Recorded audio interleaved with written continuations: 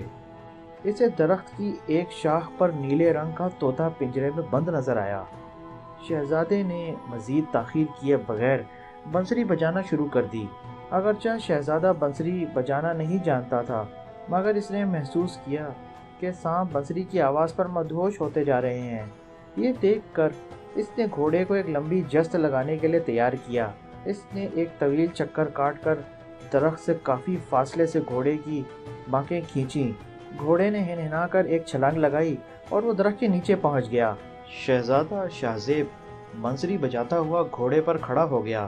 اس نے پنجرے کو درخت پر سے اتارا اور اس کا دروازہ کھول کر طوطے کو باہر نکال لیا۔ طوطے نے اس کے ہاتھ میں آتے ہی کہا، پیارے شہزادے، اگر تم مجھے رہا کر دو تو میں تمہارا احسان زندگی بھر نہیں بھولوں گا۔ طوطے کی یہ بات سن کر شہزادہ بھول گیا کہ وہ یہاں کس مقصد کے لیے آیا ہے۔ اس سے پہلے کہ وہ طوطے کو آزاد کرتا، اس کے کان میں نیلم پری کی آواز آئی، شہزادے کیا غضب کرتے ہو، اس کی دائیں ٹانگ مروڑ دو۔ اگر تم نے اسے آزاد کر دیا تو اپنے ساتھ مجھے بھی مصیبت میں ڈال لو گے۔ نیلم پری کی آواز سنتے ہی شہزادے نے طوطے کی دائیں ٹانگ مروڑ دی۔ ٹانگ مروڑتے ہی ایک زبردست آندھی چلنا شروع ہوئی اور شہزادے کو اپنے چاروں طرف سے ایک بار پھر خوفناک آوازیں سنائی دینے لگیں۔ آندھی کے رکتے ہی ایک کبڑی ڈراؤنی شکل والی بڑھیا شہزادے کو اپنے سامنے کھڑی دکھائی دی۔ وہ شہزادے کی منتیں کر رہی تھی، شہزادے طوطے کو آزاد کر دو، میں شہزادی کو ہوش میں لے آؤں گی۔ مگر اب شہزادہ اس کے جال میں پھنسنے والا نہ تھا۔ اس نے زور لگا کر طوطے کی گردن مروڑ دی۔ طوطے کی گردن ٹوٹنے کی آواز کے ساتھ ہی جادوگرنی ہائے میں مر گئی کہتے ہوئے زمین پر گری اور اس کے جسم میں آگ لگ گئی۔ اس کے ساتھ ہی ایک زبردست گڑگڑاہٹ کے ساتھ ساری زمین ہلنے لگی۔ گڑگڑاہٹ کی آواز اتنی تیز تھی کہ شہزادہ بے ہوش ہو کر گر پڑا۔ جب اسے ہوش آیا تو اس نے اپنے آپ کو اور گھوڑے کو ایک ریگستان میں پایا۔ ابھی وہ شمال کی سمت تلاش کر ہی رہا تھا کہ نیلم پری اس کے قریب آ کھڑی ہوئی۔ اس نے ہاتھ کا اشارہ کیا۔ اشارے کے ساتھ ہی شہزادے کو یوں محسوس ہوا جیسے وہ ہوا میں تیر رہا ہو۔ چند لمحوں کے بعد وہ اور اس کا گھوڑا ایک محل کے دروازے پر کھڑے تھے۔ شہزادہ محل میں داخل ہوا تو دیکھ کر حیران رہ گیا کہ محل میں ہر کوئی گہری نیند سو رہا ہے اور ہر طرف گہری خاموشی بھی طاری ہے۔ یوں محسوس ہوتا تھا جیسے یہاں کوئی موجود ہی نہ ہو، مگر محل میں کنیزیں، غلام اور محل کی ہر شے اپنی اپنی جگہ ساکت پتھر کے بت کی مانند دکھائی دیتی تھی۔ ایک جگہ ایک کنیز ایک تشت میں کپڑے لے کر جا رہی تھی۔ اس سے آگے ایک کنیز نیل کنگھی چھوٹی سامان کا خوبصورت رکابی میں رکھے لے جا رہی تھی۔ شہزادے نے اندازہ لگا لیا کہ یہ شہزادی کے کمرے میں جا رہی تھی۔ یہ سوچتے ہی شہزادہ کمرے کی طرف مڑ گیا۔ جیسے ہی وہ کمرے میں داخل ہوا، اپنے سامنے مسہری پر ایک خوبصورت شہزادی کو بے ہوشی کی حالت میں دیکھ کر وہ حیران ہو گیا۔ وہ دل ہی دل میں سوچنے لگا، بے شک میں نے ایسی خوبصورت شہزادی کبھی نہیں دیکھی۔ اچانک اسے نیلم پری کی بات یاد آ گئی۔ اس نے آگے بڑھ کر شہزادی سے کہا، شہزادی مہنور، ہوش میں آؤ، آبی جادوگرنی کا طلسم ٹوٹ چکا ہے۔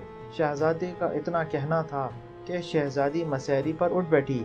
اس کے بیدار ہوتے ہی ایک دم سارا محل حرکت میں آ گیا۔ اسی وقت نیلم پری وہاں پہنچ گئی۔ اس نے شہزادہ شاہزیب کو کندھے سے پکڑا اور وہ اسے لے کر بادشاہ کی طرف چل دی، جو بھاگا ہوا شہزادی کے کمرے کی جانب آ رہا تھا۔ جب اس نے شہزادی کو ہوش میں پایا تو وہ میری بیٹی کہتا ہوا شہزادی سے چمٹ گیا۔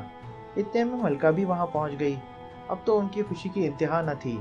جب وہ آپس میں مل چکے تو نیلم پری نے شہزادے شاہزیب کو بادشاہ اور ملکہ سے ملایا۔ بادشاہ اور ملکہ اسے دیکھ کر بہت خوش ہوئے۔ اور انہوں نے شہزادہ شاہ زیب کے ساتھ شہزادی ماہنور کی شادی کا اعلان کر دیا۔ جب ان کی شادی ہو رہی تھی تو نیلم پری کی دونوں بہنیں بھی وہاں پہنچ گئیں۔ شہزادہ شاہ زیب کچھ عرصہ بعد اپنی دلہن کو لے کر اپنے ملک چلا گیا اور وہ ہنسی خوشی رہنے لگے۔